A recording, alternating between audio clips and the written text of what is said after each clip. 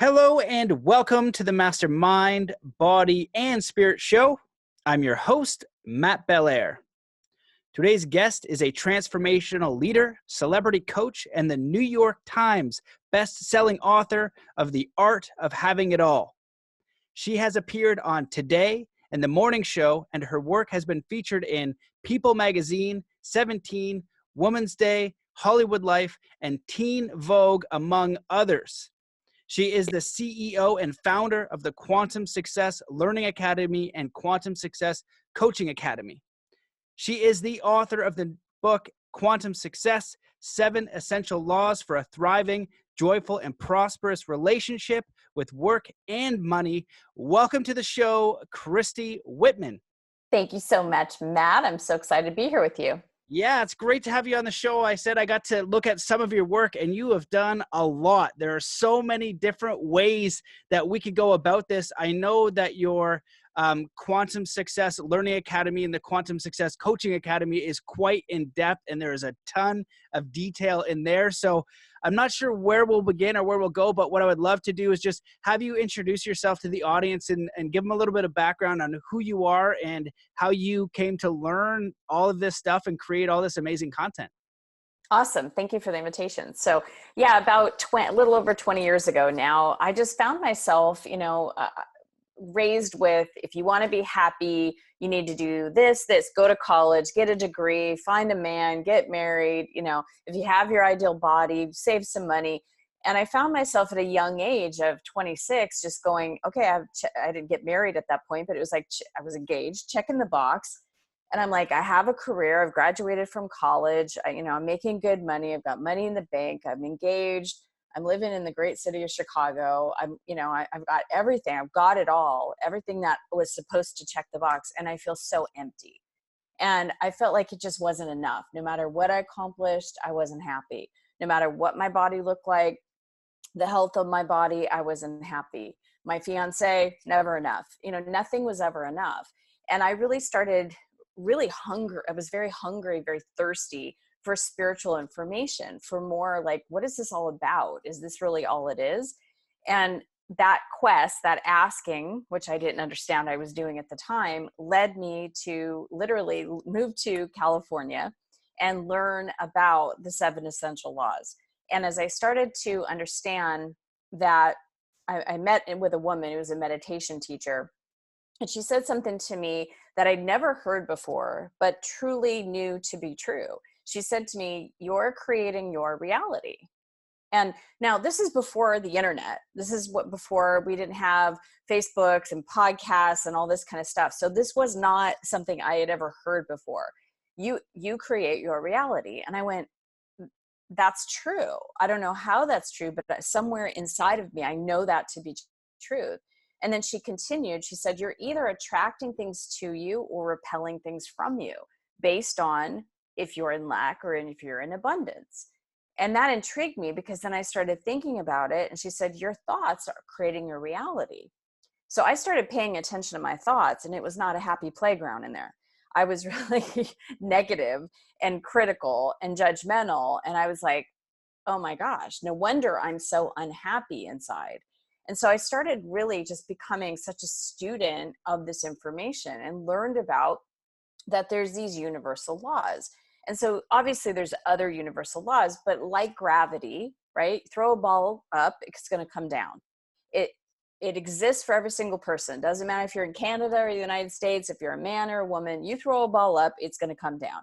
And so the same is true with other universal laws like law of attraction. When we are sending out our energy, when we are generating energy from ourselves, we are going to have energies that are matched to that frequency. So it could be thoughts that we're thinking, it could be words that we're saying, beliefs that we hold, actions that we're taking, feelings that we're having. We're generating energy from ourselves all day, every day. And so I started really paying attention to how I was feeling because I was so cut off from my emotions, what I was thinking, really trying to pivot those thoughts, focusing on really what I wanted and not so much what I didn't want or I was dissatisfied about. And my life started changing like dramatically started dating different type of men. I met and married a really wonderful man because I got out of that one relationship. I was in a marriage and relationship with him. First nice guy I had ever dated, because usually I like the bad guys, right?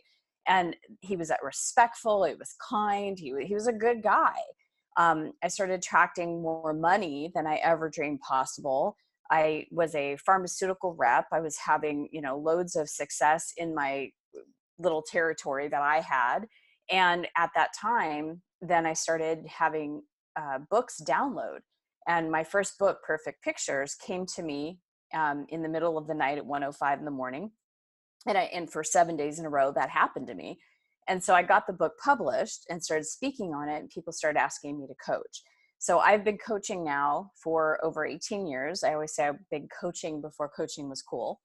And it was very woo-woo back there, and nobody knew what the heck it was. So I'm grateful it's more mainstream these days. But yeah, so I've just been an author and a coach and a healer and a teacher and an author, and loving what I do, because I get to help other people learn how to implement and apply what I learned all those years ago. And that has helped me through so many different situations and scenarios. My sister had committed suicide over 20 years ago. And knowing this information helped me through one of the darkest times in my life. I had been let go of a job. I had been in car accidents. I had been in massive debt. And the thing that really got me through those times was knowing about these universal laws. The biggest thing for me is when I have 2 kids, 9 and 10. And when my youngest, my baby, was 2 months of age, he was rushed to the hospital and diagnosed with having a transposition of the great artery. And so what that meant is that he was hooked up wrong. And most babies are found inside the mother that they have that, and they have a surgery within a day of life. And most babies, if it's not found within the first couple of days, they're usually, found, unfortunately, not alive, dead in their crib. So he was 2 months of age. And so to find out that they'd never done a surgery on a baby this old before, and that it was really risky, I had to apply everything I knew. And I really just focused on just the outcome that I wanted, not on what I was worried or what I was afraid about. And it got me through one of the scariest times of my life. And now he is a 9-year-old kid. He's got a perfect heart. He is the biggest smartass I know. He is just full of life and vigor. He's a great soccer player. So if I can do that in times that are the darkest and hardest, people can do that no matter what situation or circumstance they have.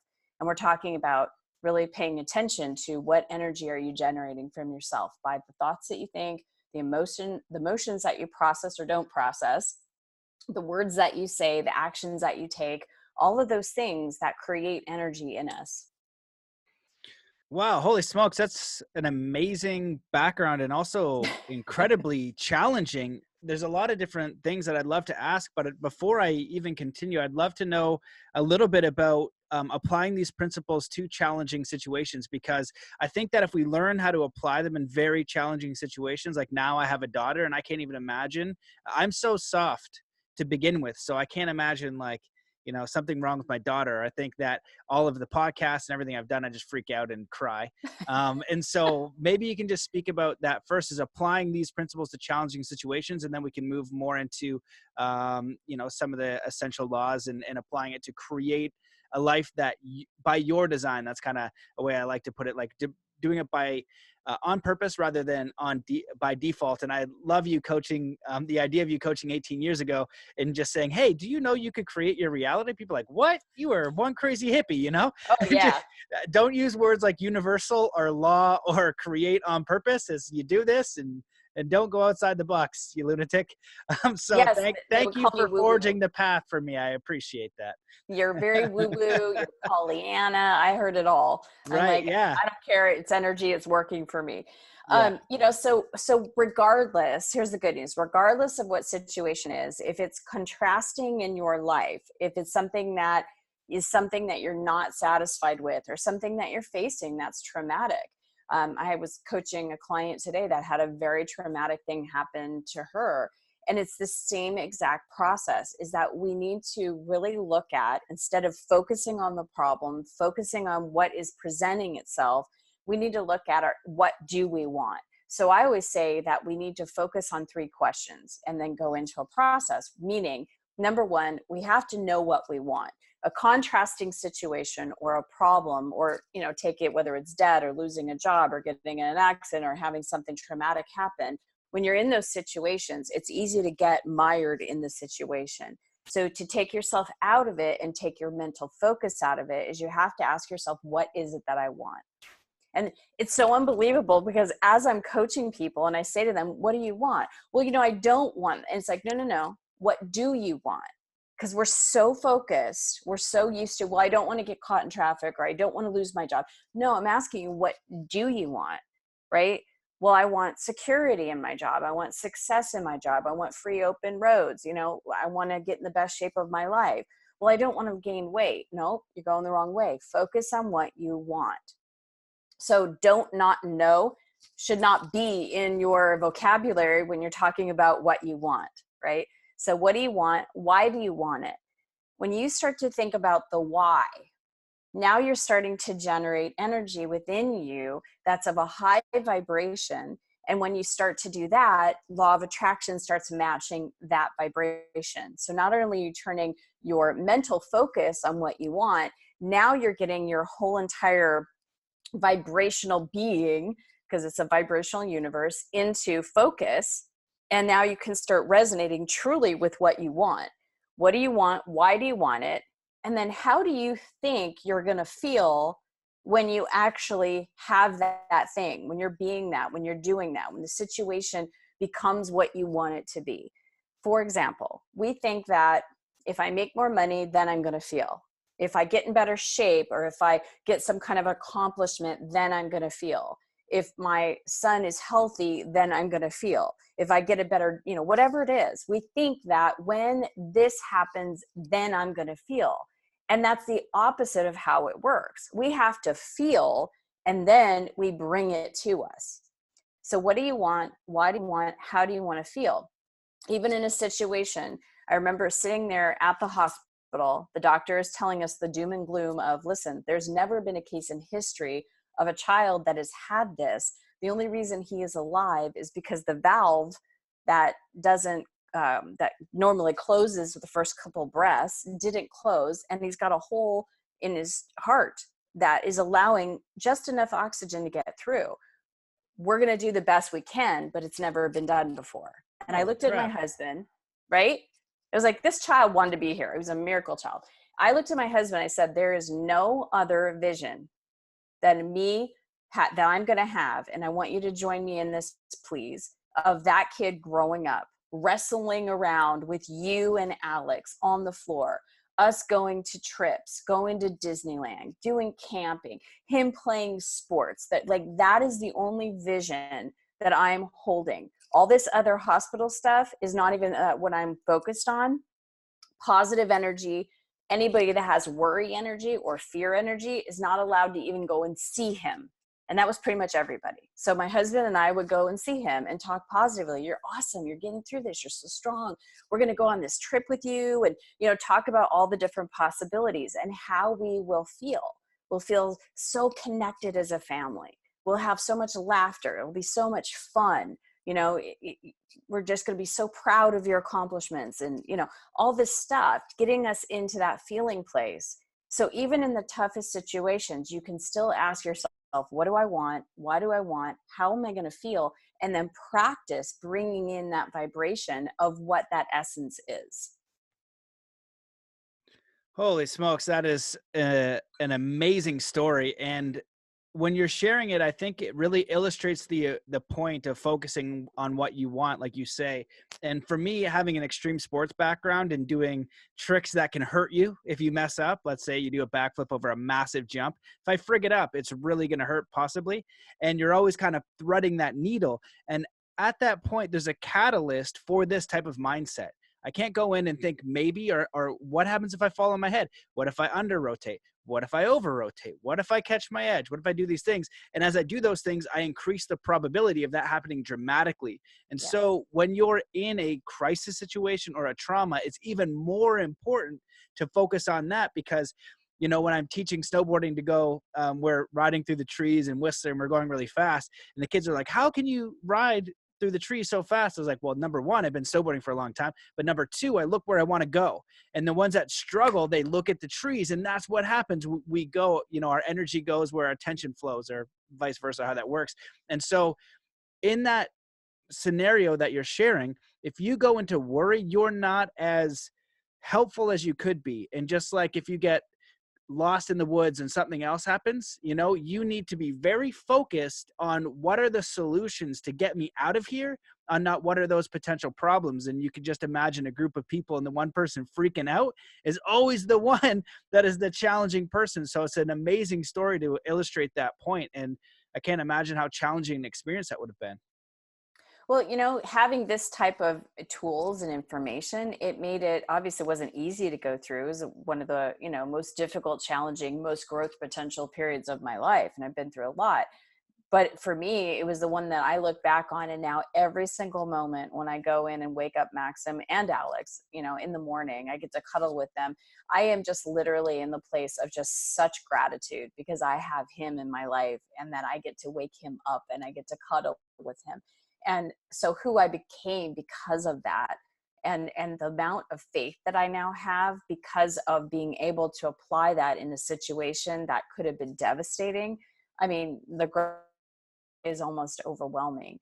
But it's good to know, because once you know this information, and once you know that really where you put your attention, what you focus on will continue to expand. And so that goes with things that if you're just not happy with things in your life, if you're not satisfied, your best thinking got you there, right? So it's time to learn how to become more deliberate, instead of being more of a, in survival mode, or in separation mode, or in victim mode. It's time to rise up and say, no, I'm not the effect of something. I'm the cause. Because if it's true, and it is, that everything is vibrational, we are energy receivers, but we're also energy generators. Everything is energy, including our thoughts, our emotions, everything.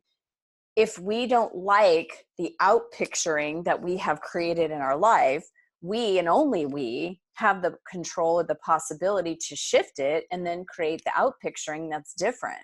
And that's the exciting thing, is that it's not dependent on if you have 20 people that agree with you. It's not dependent if you can change your partner or your boss or anything outside of you. You don't have to change who the president of the United States is. It's like all of it is in your control, because nobody thinks your thoughts for you. Nobody processes your emotions for you. Nobody speaks your words. You're doing all of it. So all of it is in your control. It's not in the outer circumstances and situations. But yet all of those things will absolutely change, because you're shifting your own energy vibration. Yeah, absolutely. And what I love about that is it puts the power back on you. And when I'm thinking about enlightenment, or what I think an enlightened person is, one of the ideas is that they accept everything that they are and that has happened to them. Because from that place of just accepting of what is and what you're experiencing, then you now have the power to do something about it. If it's your boss or your friend or your upbringing or a past trauma or anything external, then you're disempowering yourself and you can't make a change and move towards what it is that you prefer. And there's a lot of great things in your book and your work. The one thing I'd like to start off with is, when you wrote your first book, or not first book, I don't know which one this was, but Having Your All, the first chapter is defining your it and your all. And I'm curious if you could talk about that first. I love that question. Yeah. So, the reason that I wrote this book is really because I got fired up, because I was promoting one of my other books to a media person. And I walked up to her and I said, what do all New York women want? She was a writer for New York Magazine. And she said, what? And I said, they want it all. And she started arguing for the limitations of why women can't have it all. and that women are overworked and that they're overrun, and that we got to stop just being realistic and stop wanting it all. Now, no one ever says to men, Matt, you just can't have it all. It's like not a conversation for men, right? It's more of a conversation to limit women. And that just fired me up. And it's like, how do you know what I can or cannot create? And how do you know what my having it all looks like? Because I know my very best friend, who I've known since 7th grade, she is with the same partner for almost 30 years. They are not married. She never desired to have kids. She's got a career. She's got a very, very comfortable life. She loves to travel. She is living her best life. She's got her it and her all. It does not involve 2.5 kids. I don't know how you can have half a kid anyway. But, you know, for me, it's like it did involve children. It does being in a committed, loving relationship and marriage. But it doesn't mean that's all I do either. I also wanted to have a career and something where I felt I'm contributing. That's my it and my all. And our its and our alls change from decade to decade. You know, I bet your priority and your desires were very different before you had your daughter than they are now. You know, things change as we evolve, as we have things happen to us, as we grow. But it's up to us to be able to say, what would I love? What would I love in each aspect of my life? What would I love in the health and vitality of my body? God, you know, I'd love to take up a different sport, or I'd love to learn how to, you know, be thriving in this particular sport, or learn how to do this, or train differently, or I'd love more money doing this. I was recently coaching, I coached some celebrities, and I'm not at liberty to say their names, but I was coaching someone that's on American Ninja Warrior that's done very well time after time, continuing to get better every year. And I was saying to him some different possibilities, because during American Ninja Warrior, unless you're like the top guy, obviously they don't make a lot of income. And I was sharing with him some different possibilities.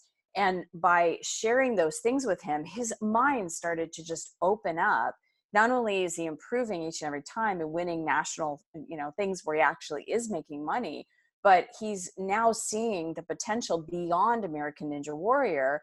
And it's like his idea of having it all for himself and what's possible is completely open.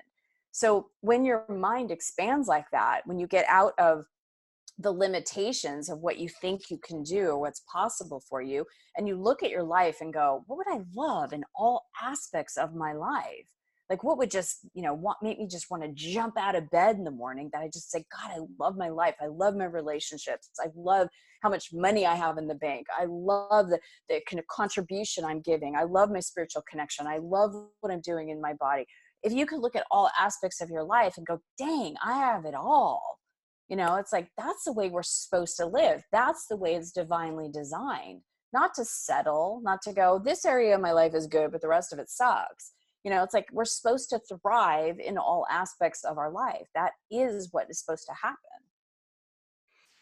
I love all that. And I think what comes up for me is like the idea of just asking yourself those quality questions. And I feel like many people out there are just settling for what they have received for by default.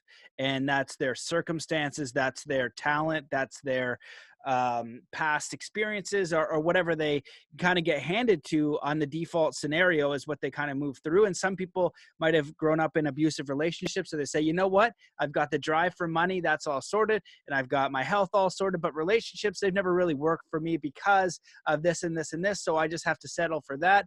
And, you know, I'm not going to kind of work towards it. But when you break it down into each area of your life, whether it's finances, relationship, exploration, learning, growth, adventure, job, career, money, and just define it and ask yourself, what is the thing that I would love most? What would be my thriving scenario? And just become very clear on it. And when you do that, now you've actually given yourself an opportunity to reach that scenario. If you never ask yourself the question, the chances and probabilities of it happening by default are very, very low. And if you get very clear on what those things are and write them down and then place a little bit of effort towards them, the probability of you achieving those, maybe not immediately, maybe not, you know, because I feel like one of the challenges that we're facing now, and you've probably observed this, is the, you know, quick fix, biohack, oh, it's just successful immediately, is like, no, there are universal laws. And maybe at sometimes you see something like, holy smokes, that's like a universal experience that's so profound, and you know it's there, but it's probably going to happen a little bit more logically and linearly as you clean up your thoughts, as you take some action and move towards the things that you prefer. Well, I love that you said that, because we are, we have to remember that we are both physical beings and metaphysical beings. So from a standpoint of one of the universal laws is law of polarity, right? And I always like to say, from the law of polarity, we have to understand that there's up and down, there's left, there's right, there's good, there's bad, there's lack, there's abundance, there's fear, there's, love, whatever the opposite is. There's polarity. We see it evidenced in temperature, right? You're in Canada, you see extreme cold. I live in Arizona, I see extreme hot. We have this as polarity on planet Earth, right? As a physical human having this human experience. From a metaphysical perspective, right? We have 24 hours a day, 7 days a week. There's a time limit. There is a linear thing. From a universal metaphysical perspective, there is no time and space. It's all energy. Who we actually are, who we know ourselves to be, our personalities, all of our past experiences, our imprinting, our conditioning, all the life that we've lived, that's only 4% of who we really are. The 96% is pure positive energy wanting to manifest itself through you to create and to expand and to experience life through only you that it can. And so when we can understand that we are both physical and metaphysical, and that does mean that we can't just sit around and our way to death every single day and just wish and think and and use our mind to create what we want. We have to actually move our physical bodies, and we have to take action, right? You can't sit there and be like a pro sports guy and sit there and visualize everything and see yourself hitting a hole in one if you're a golfer, or see yourself hitting a home run if you're a baseball player. You have to actually go out and physically move your body and practice and get those swings and do the basics. Or a basketball player that hits a free throw every single time. There's things that you have to do and get it conditioned into your physical body. But when you combine both of them, that's when the magic is happening.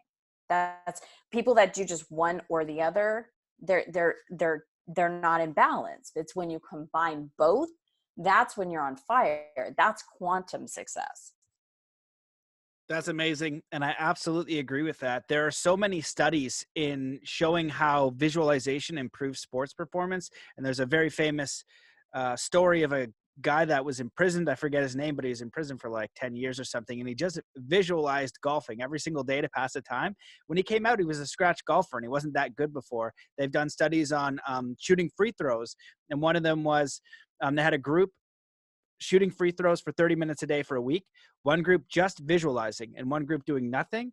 The group that practiced improved by 24%. The group that just visualized improved by 23%. Now, the interesting thing in the Olympics, the more complicated the sport, the more visualization they put towards it, because it becomes mandatory. Those skiers that do like 3 flips and 1080s, well, if they frig it up, they might break their leg, throw out their hip, and then they're toast. They must be prepared in a way that they're like, you know what? I believe I can do 3 backflips plus a 1080 and land back on my feet. So there is preparation, there is flexibility, there is training, and there is visualization. And 99% of the population is not adding that visualization piece, which is absolutely paramount. And I was going to ask you if you could define quantum success, but I don't know if you did that right there, because when I'm teaching anybody anything, especially in sports or in, designing your life, you got to combine the two, because it doesn't matter what the outcome is. In sports, it's very physical and very finite, where it might be a trick or an execution of what your body can do. But in business, it's a little bit different, a little bit more nuanced, but it comes with a clear vision and also the same emotions. And when you apply that, the exact same structure, it works infinitely better, and you see results much faster, that you begin to see progress very, very quickly.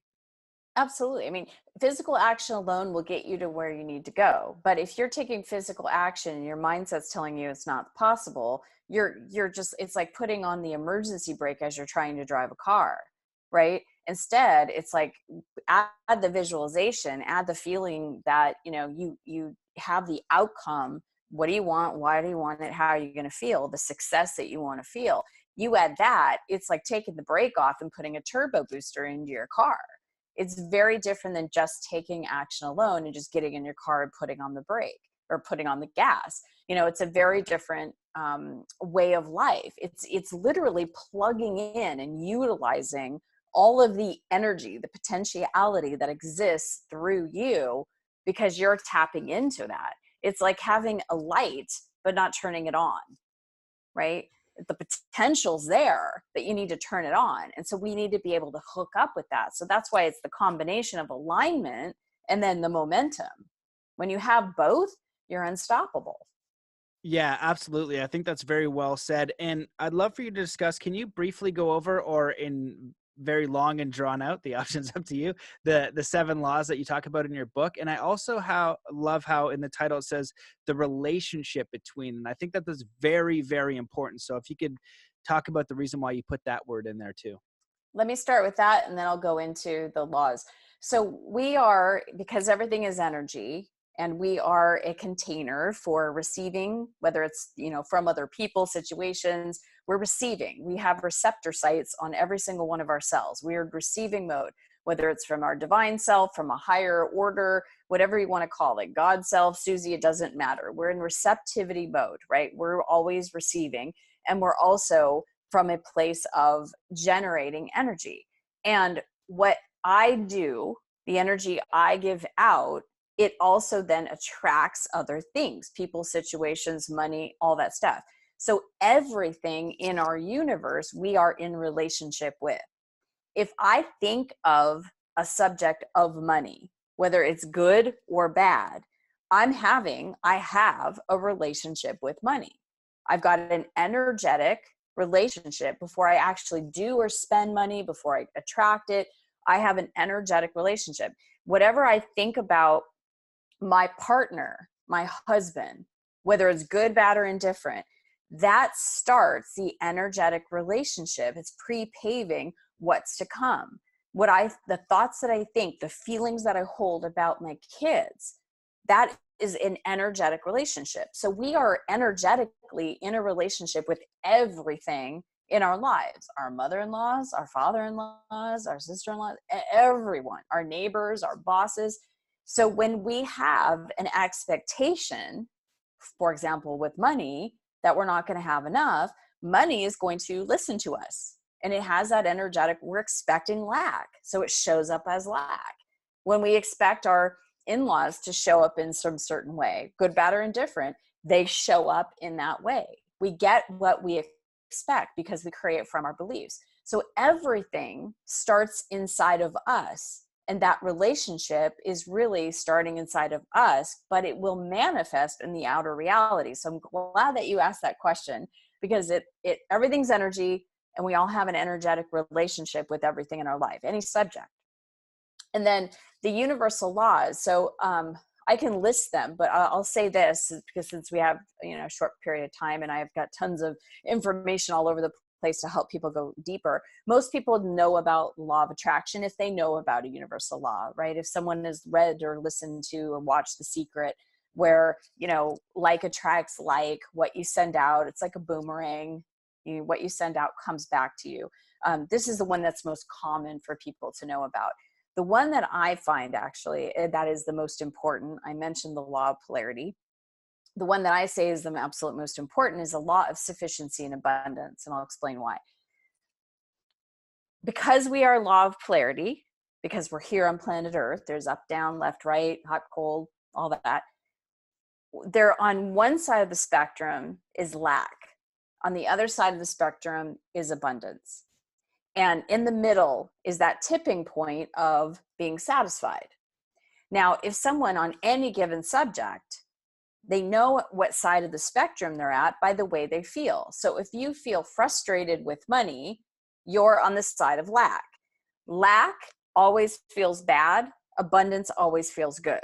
So you know which side of the spectrum you're on.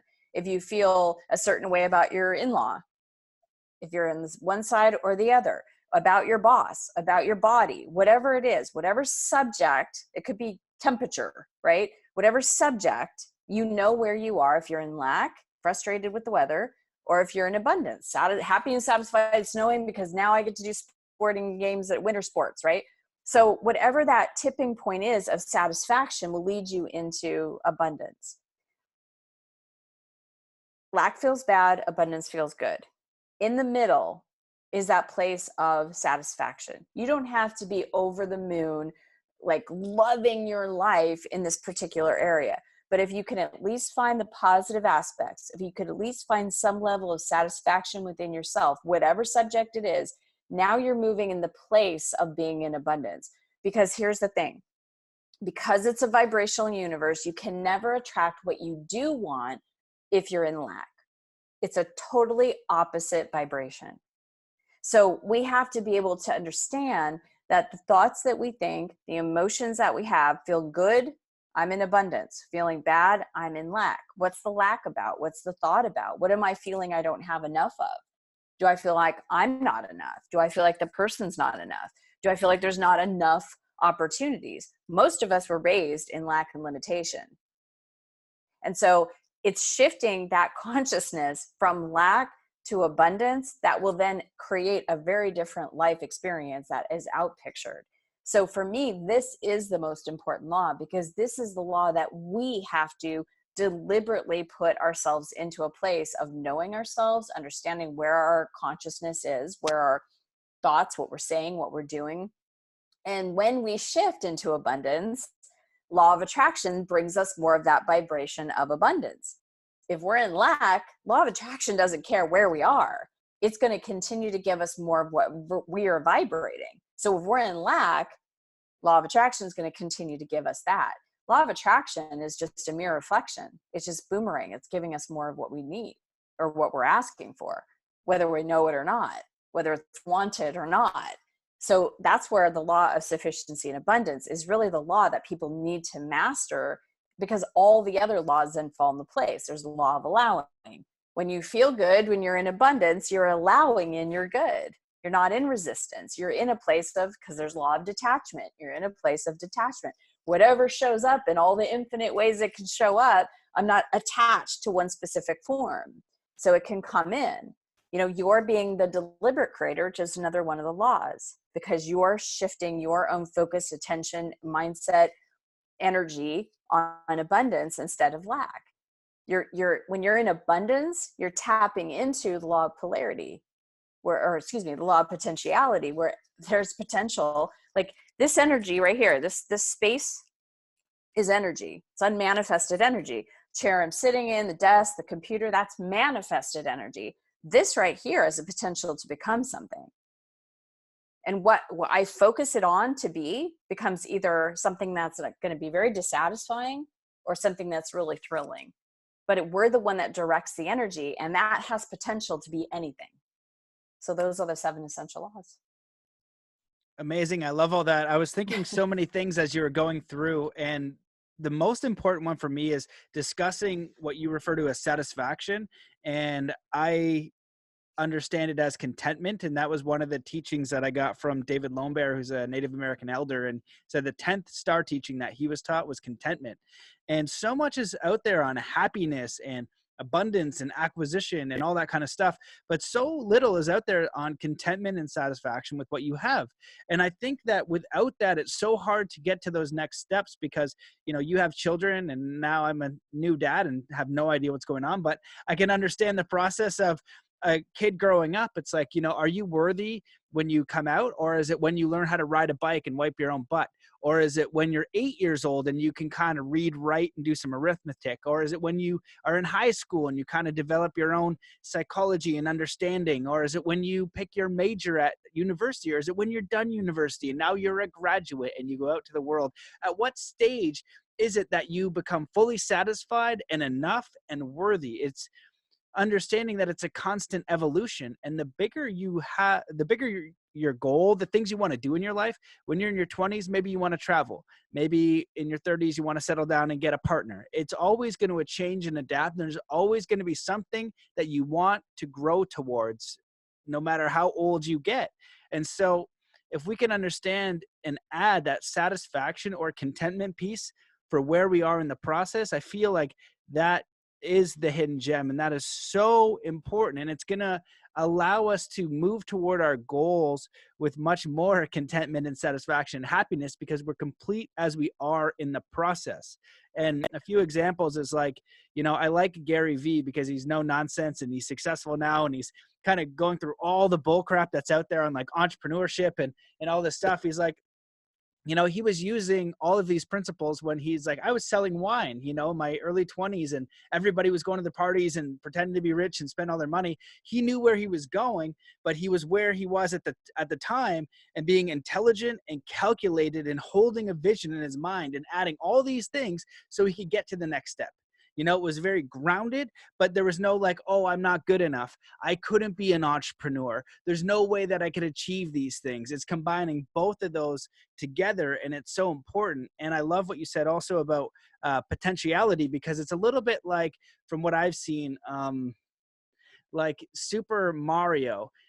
When you play that as a kid, I don't know who's played Super Mario, but there's these little things you can go in, and sometimes you skip levels to new worlds, and that's the universe doing something for you. But I believe that's when you've earned it, and when you've practiced it, when you've applied these principles, and then you've allowed it. You've kind of like allowed that to happen, and you're ready to kind of really accelerate. But that potentiality, I believe, is so important, because we often just take things at face value and believe them to be as they are. It could be what we believe about relationships, how much money we could make, what we're worthy of, our living circumstances. And I'm going to give you a really stupid example.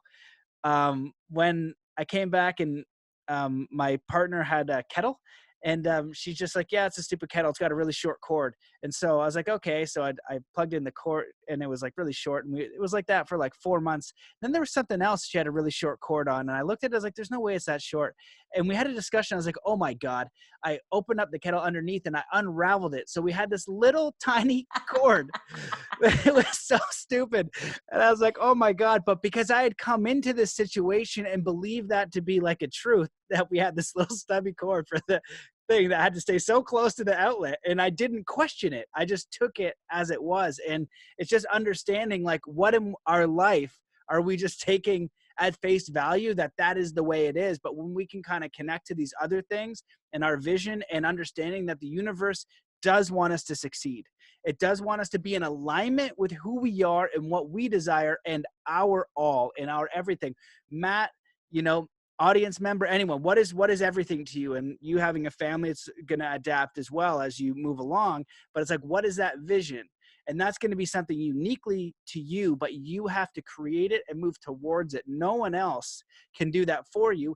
And at the exact same time, the even more paramount possibly is, can you be content and satisfied with what you have now? Because if you can't be, you're probably not going to be content and satisfied with what you have at whatever that next step is. There will always be another thing that you have outside that's lacking and causing you to feel a certain way. I love that story. That is awesome. So True. silly. It is so true. We don't realize the connection. So we struggle here, it's like can't go away further away because we don't have that cord. And it is so true. We have to understand that beliefs are just a thought that's been planted. We thought it over and over and over again.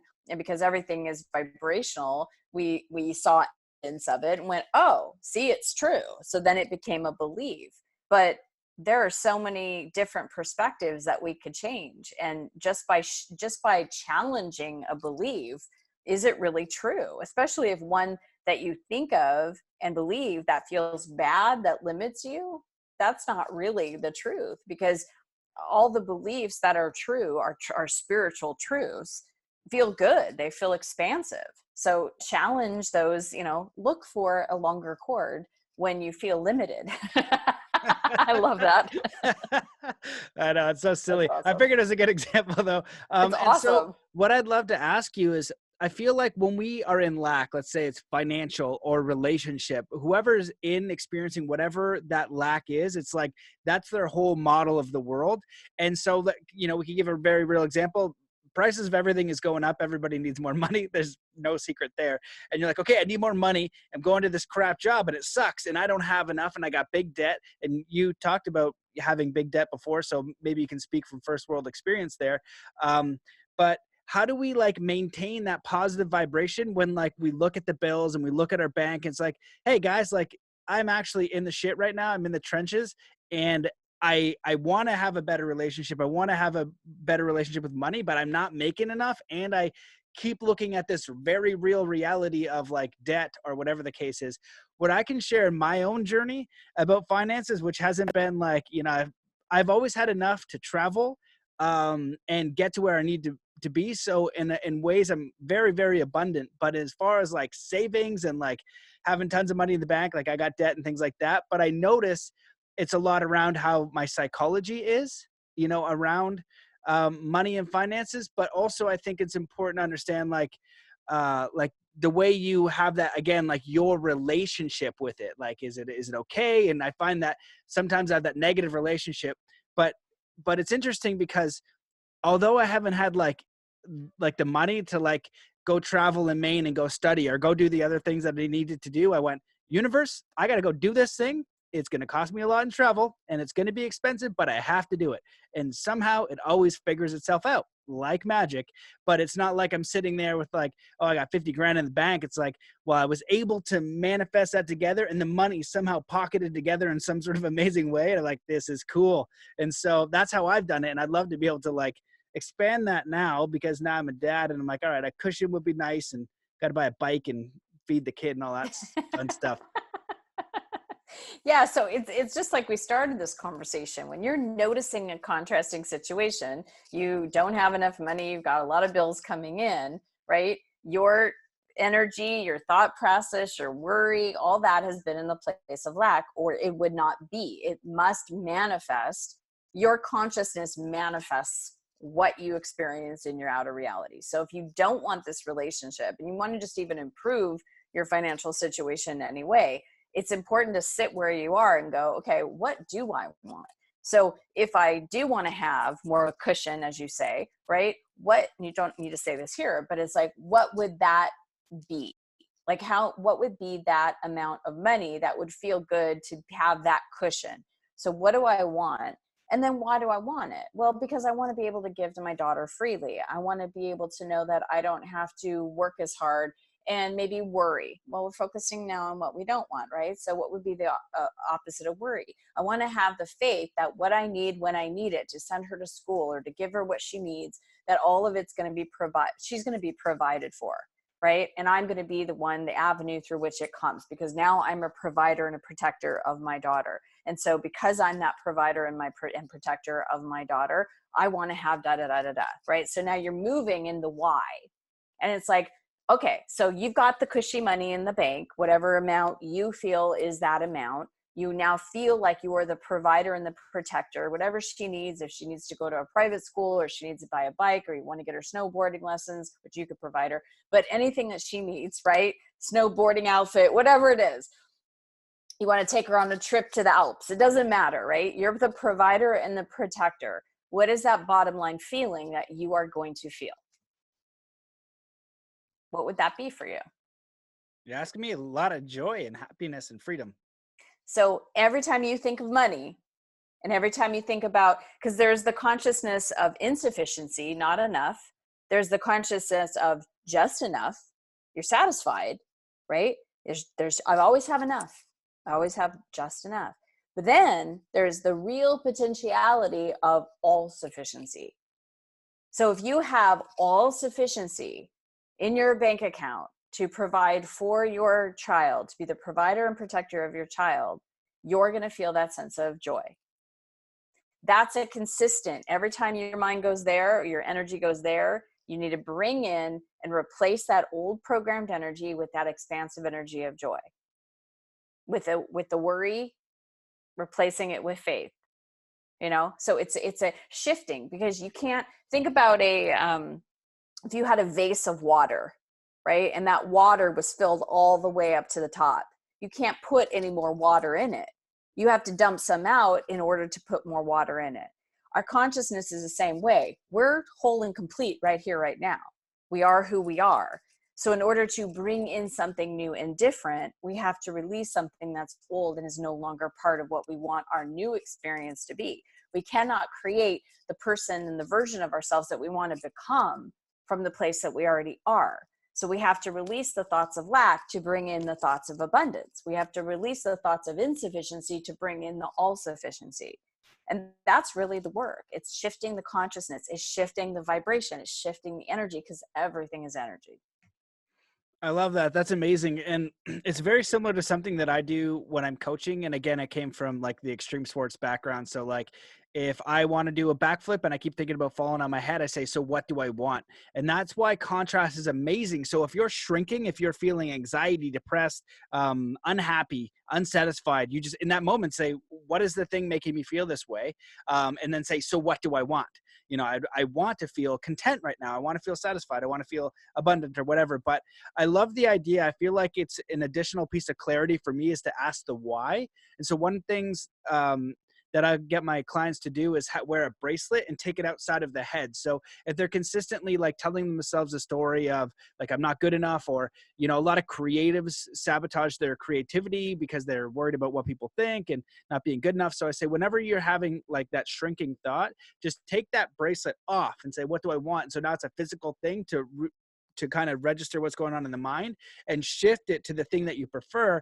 And what I like that you're adding here is when you get clear in that why, it makes the emoting a lot easier, the emotion. And we must generate the emotion, because if you're sitting there and you're like, okay, I got all these bills to pay and I'm like, oh God, I'm shrinking. And you're like, how am I supposed to be the emotions of abundance? This is crazy. You know what I mean? I don't have enough money for these bills. And it's very real. But if you're like, get to that why, and say, so what do I want? I want to have enough money to pay for these bills, and understand how powerful you are as a creator to solve that problem. And even if even if everything goes to crap and you go like, how many millionaires and people have gone bankrupt, even get homeless, you figure it out. You're powerful, you're strong, you'll figure it out. And so, but you got to get to that solution mindset. And the more often you can switch the trigger. Michael Lozier is one of my first mentors, and you're kind of speaking a lot of what's in his book. I love Michael. Oh, awesome. Yeah. And it's very practical, NLP based. And he's like, you know, the universe is always responding to your vibration, and you're sending out a vibration through your mood and feeling. And when do you have a vibration? All the time. And when is the law of attraction checking? All the time. And so the more often you're able to switch into abundance, at least you're not always going into that negativity. So this is why you have that result. It's like, all right, you start to teeter it, and then all of a sudden you get a couple abundance experiences, and then you're moving over and over and over. And ideally you switch the light on, and it becomes congruent, and then you experience that reality more often. And because, you know, for me, like I never had abusive relationships and like partnerships, but a lot of the people that I worked with sometimes had that. And for me, that's like craziness, right? Because I wouldn't allow it in my reality. It just wouldn't make any sense. But that's just my understanding. There's no wrong. It's just however their brains kind of operated to attract that person to have that experience. But all it requires is them to shift it. You know, and then they immediately, and it's the same with money. But for me, it's the money one, as you were correct. I have enough to get to where I need to go. But anything more, I don't know about that, universe. I can't have more than that. That changes the game somehow in my psychology. So ready to shift that one personally. But the principle remains the same. So do you want to add anything to that? Yes, I just want to add this. Perfect.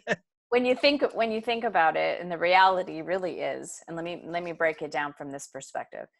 Each one of us as a human being, we have our design, our human design, to have 2 arms, 2 hands, 10 fingers, 10 toes, 1 brain, 1 spinal cord, 1 heart. You know, we're all pretty much, when you think about it, the same, right? But then you put in the individuality, right? You and I look very, very different. You're a man, I'm a woman. You got a beard, I don't. I have, you know, there's a lot of differences. You have blue eyes, I have brown eyes, right? There's a lot of individualization within the human existence, even though at the bottom line, like you and I breathe the same way. Like that old saying, you know, people put their underwear and socks on the same way, right? It's like we breathe the same way. Our hearts beat. There might be a different impulsation, but it's like our hearts are doing the same functioning to bring in blood into our bodies and to keep us alive in the same way. We're the same. In a physical sense, we get that. From a non-physical perspective, there's also our divine design. We are divinely designed to have four aspects of our lives: to have health and well-being. Our bodies intuitively and absolutely intelligently know exactly what to do to be in health and well-being. We have to get out of the way of that, because that flow that's what it's designed for. We are divinely designed to be provided for, to have the abundance in all aspects, including financially. And when when we get our limitations out of the way, that flow can easily come through.